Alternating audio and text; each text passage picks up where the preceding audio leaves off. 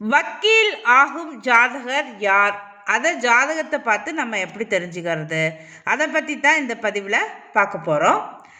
ஒரு ஜாதகர் வக்கீல் ஆகணும் அப்படின்னா அவருக்கு வாக்குஸ்தானம் நல்லா இருக்கணும். அதாவது வாக்கு திறமை இருக்கணும், வாதாடுகின்ற திறமை இருக்கணும். அதுக்கு நம்ம 2ஆம் இடத்தை பார்க்கணும்.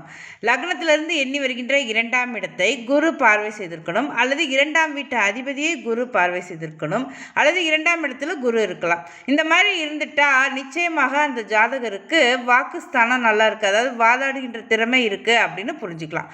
அது மட்டும் போதாது, புத்தி ஸ்தானம் நல்லா இருக்கணும்.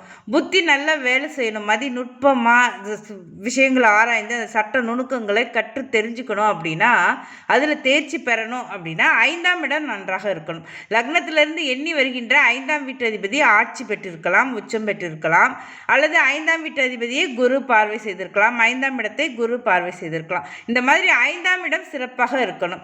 சரி, இது மட்டும் போதுமா? இல்லை, பத்தாது.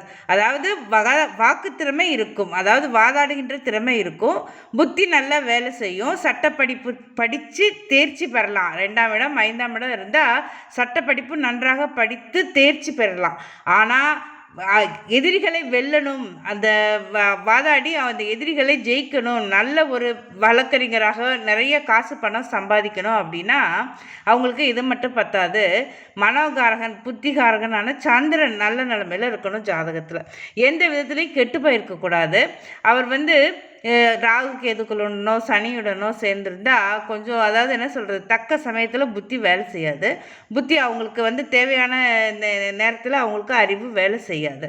ஒரு வாதாடுகின்ற திறமை, அதாவது நுணுக்கமான ஒரு பலன் அவங்களுக்கு இருக்காது. அதனால் சந்திரன் நல்ல நிலைமையில் இருக்கணும்.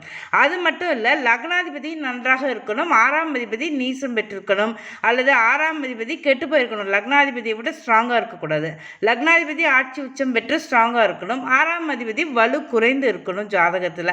அது ரொம்ப ரொம்ப ரொம்ப ரொம்ப முக்கியம், மிக முக்கியம்.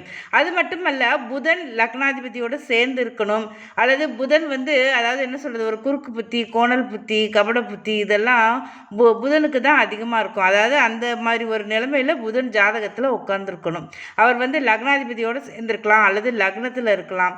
இந்த மாதிரி இருந்துட்டால் அவங்களுக்கு கொஞ்சம் இந்த குறுக்கு புத்தி இதெல்லாம் வேலை செய்யும். கபட புத்தி, கோணல் புத்தி, அதாவது எதிர்த்தரப்பை வீழ்த்துகின்ற ஒரு என்ன சொல்கிறது, அதை எப்படி சொல்கிறது, ஒரு நுட்பம், மதிநுட்பம் அவங்களுக்கு அதிகமாக வேலை செய்யும். அவங்க வக்கீலாக இருந்து நிறைய சாதிக்க முடியும் அப்படின்னு புரிஞ்சுக்கலாம்.